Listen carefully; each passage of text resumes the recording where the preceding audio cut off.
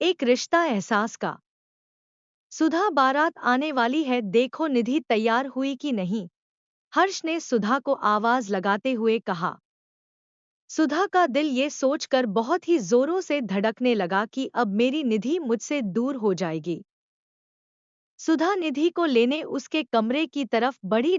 निधि को दुल्हन के रूप में देखकर वो एक पल को वहीं दरवाजे की ओट में खड़ी हो गई। सुधा अपने अतीत की यादों में खो गई।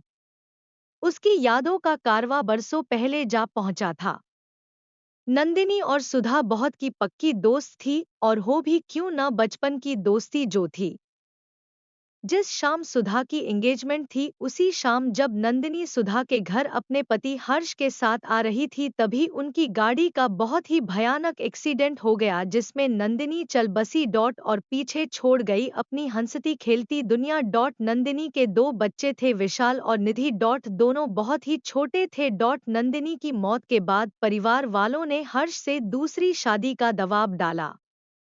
जब सुधा को इस बात का पता चला तो उसने बिना आनाकानी किए हर्ष से शादी के लिए हामी भर दी थी, क्योंकि नंदिनी की असमय मौत के बाद उसे सबसे अधिक चिंता उनके दोनों बच्चों निधि और विशाल के भविष्य की थी। नई नई दुल्हन बनकर आई थी सुधा। अचानक ही उसकी जिंदगी में सब कुछ बदल गया था। जिस शख्स को अब तक अपनी दोस्त के पति के रूप में देखती आई थी, वो अब उसी की पत्नी बन चुकी थी। चूंकि बच्चे बहुत ही छोटे थे और पहले से ही सुधा से घुले मिले थे, तो उन्होंने भी उसे अपनी मां के रूप में आसानी से स्वीकार कर पाएंगे। दूसरी तरफ हर्ष का भी वो बहुत सम्मान करती थी। समय बीतता रहा, बच्चों के साथ सुधा बुद्ध भी बच्ची ही बन जाती और खेल खेल में उन्हें कई बातें सिखाने में कामयाब हो जाती। लेकिन इतना कुछ करने पर भी बात बात पर उसे सौतेली माँ का तमगा पहना दिया जाता। अगर बच्चे को चोट लग जाए तो पड़ोसी कहते, बेचारे बिन माँ के बच्चे हैं, सौतेली माँ कहाँ इतना ख्याल रखती होगी। इस तरह के ताने सुनने की आदी हो चुकी थी सुधा। लेकिन सबसे ज्यादा तकलीफ तब होती जब अपना ही कोई इस दर्द को और बढ़ा देता। चाहे बच्चों का जन्मदिन हो या कोई अचीवमेंट, हर बार घर के करीबी रिश्तेदार यह कहने से पीछे नहीं हटते थे कि आज इनकी अपनी माँ जिंदा होती तो कितनी खुश होती। अचानक सुधा ने अपने अतीत से बाहर आकर महसूस किया कि निधि ने आकर पीछे से उसकी आंखों को अपने हाथ से ढक लिया। सुधा ने बिना उसके कहे पहचान लिया कि वो निधि है। उसने कहा, तैयार हो गई मेरी राजकुमारी? माँ, तुम्हें कैसे पता चला कि ये मैं हूँ? निधि ने हैरान होकर पूछा।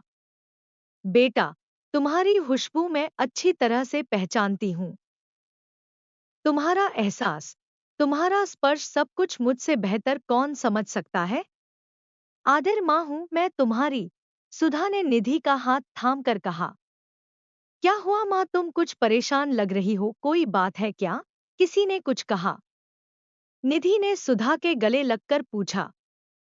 सुधा ने आंखों में आंसू भरकर कहा, निधि मैं सही हूं ना?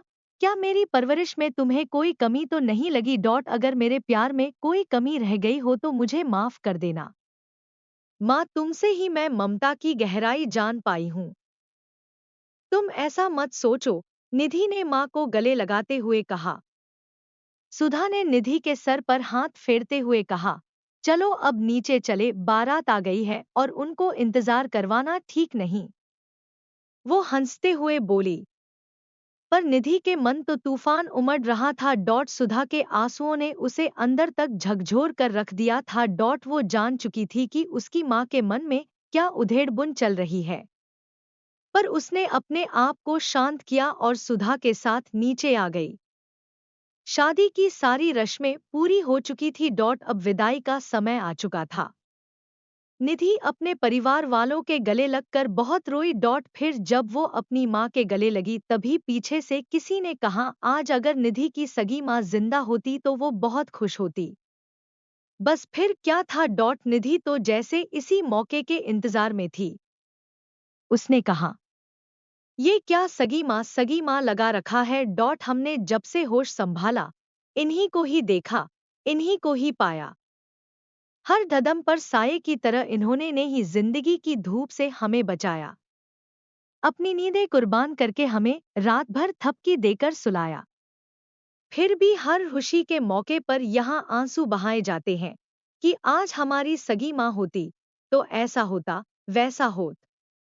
आज इतने बरसों बाद जब मैं पीछे पलटकर देखती हूँ, तो एक ही लफ्ज बार बार मेरे कानों में गूंजता है। सौतेली माँ।